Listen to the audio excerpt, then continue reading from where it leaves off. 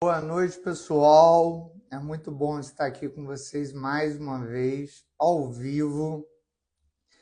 E hoje nós vamos continuar falando de gasometria, os 5 erros mais comuns que os profissionais de saúde cometem ao interpretar uma gasometria, tá bom? E eu vou falar do pior erro, do erro mais frequente e o pior que traz mais malefício no paciente no último erro, tá bom? Então acompanhe até o final que vocês vão observar que nunca mais vocês vão cometer esse tipo de erro. E o erro principal que vai ficar para o final é aquele erro que você olha assim e fala: Meu Deus, poderia ter evitado isso.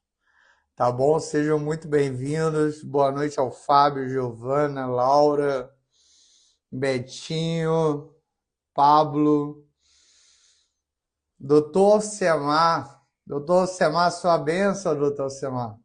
Prazer ter sua presença aqui. Fico lisonjeado com a sua presença, viu? Doutor Alcemar, para quem não sabe, quem me introduziu assim na prática clínica. Então, eu sou muito grato a ele, honro muito ele. E é um cara muito especial, um excelente médico e me ensinou muito. Muito do que eu sei ele me ensinou. Então, doutor Alcemar, um beijo, saudades. E quando eu for em Bom Jesus aí, espero que a gente marque aí um café aí pra gente tomar. Tá bom? Vamos começar, pessoal? Quais são os principais 5 erros que nós podemos cometer numa gasometria?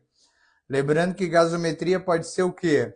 Arterial, venosa ou venosa mista.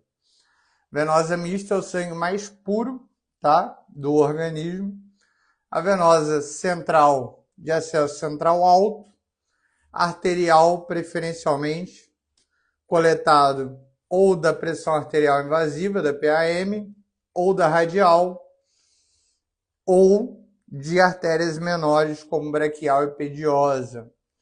Um grande erro, nem estava no meu roteiro, mas eu vou falar. Um grande erro é o pessoal não conseguir já pegar da radial e já ir direto para a femoral, tá bom? Então, isso ocorre o risco de infecção, pseudoaneurisma, ocorre o risco de você causar um choque hemorrágico, um sangramento maior. Então, femoral na coleta com agulha é o último caso, tá bom? Eu falei isso na aula, repito, tomem muito cuidado. Infelizmente, ainda há esse hábito. Não conseguiu coletar de artérias menores, já vai para femoral, mas o risco para o paciente é muito grande. Tá bom? Isa entrou, Rafael, Márcia, Aglécia Rodrigues, Divina Pereira, Telier, Eusileide, boa noite a todos. E vamos começar. Vamos começar. E eu gostaria que vocês interagissem comigo. Vai ser uma conversa, na verdade. Não vai ser uma aula, digamos assim. Vai ser uma conversa.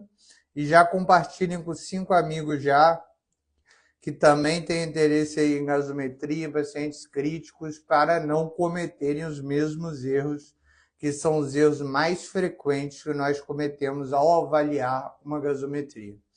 Como sempre, eu sempre levo para fisiopatologia e para clínica.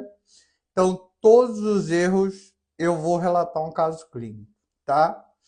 Eu vou relatar como se fosse caso clínico real meu, mas não necessariamente é um caso clínico que ocorreu comigo. Porém é um caso clínico, todos são casos clínicos reais. Ou que eu tive a oportunidade de auxiliar o colega, ou que eu presenciei, tá bom? E a primeira pergunta é uma pergunta simples. Quem já pegou uma gasometria, olhou o pH, viu que estava de 7,35, 7,45 e falou: gasometria normal, compensada. Essa gasometria tá leve, o paciente está indo bem, tudo certo. contar para vocês uma história, então. O paciente chegou no pronto-socorro. Ele chegou com um quadro de dispneia leve e após essa dispneia leve, obviamente, foi investigado por que dessa dispneia leve súbita, sendo que era um paciente previamente ígido, falando da parte clínica, porém era um paciente tabagista que já tinha entrado em contato com fogão a lenha, tudo isso. Então fomos avaliar tanto como era pronto-socorro a parte 2 e o score de SOFA do paciente para observar o nível de gravidade desse paciente. Todo mundo sabe o que é a parte 2, o que é o score de SOFA. Deixa eu só explicar para não ficar dúvidas. O Apache 2 é um score de mortalidade que nós mensuramos tanto no pronto-socorro quanto na enfermaria, justamente para observar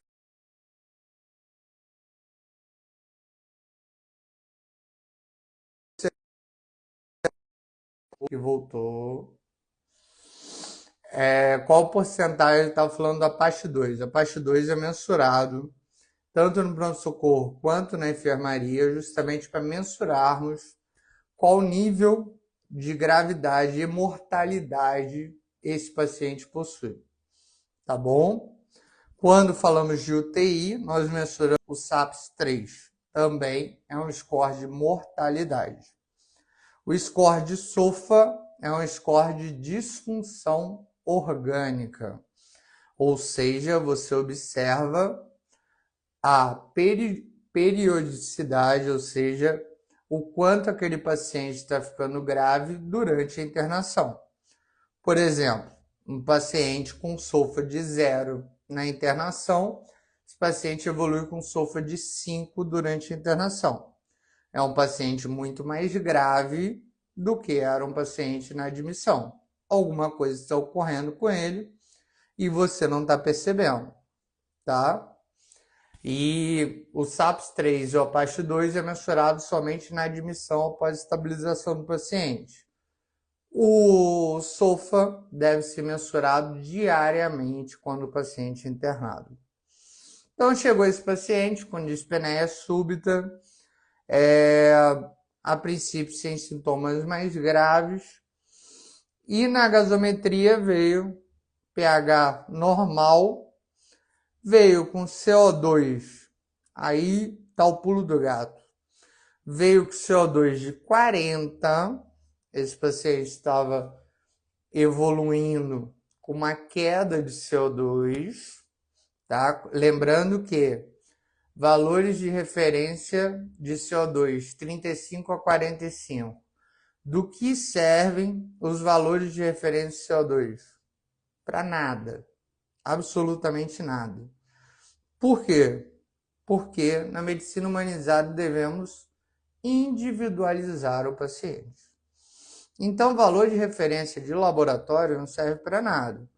Você deve calcular, sim, a forma de Winther, o CO2 esperado e o bicarbonato esperado, tá bom? Para aquele paciente. Aí foi observado um CO2 de 40 e foi observado um bicarbonato baixo. Ou seja, esse paciente estava apresentando uma compensação através de uma alcalose respiratória como distúrbio secundário, mais uma acidose metabólica como distúrbio primário. Aí vai uma pergunta para vocês. Rita, que entrou agora, boa noite. Francisca, Edivaldo, Jefferson, meu primo, meu irmão, Gisele. Vai uma pergunta para vocês.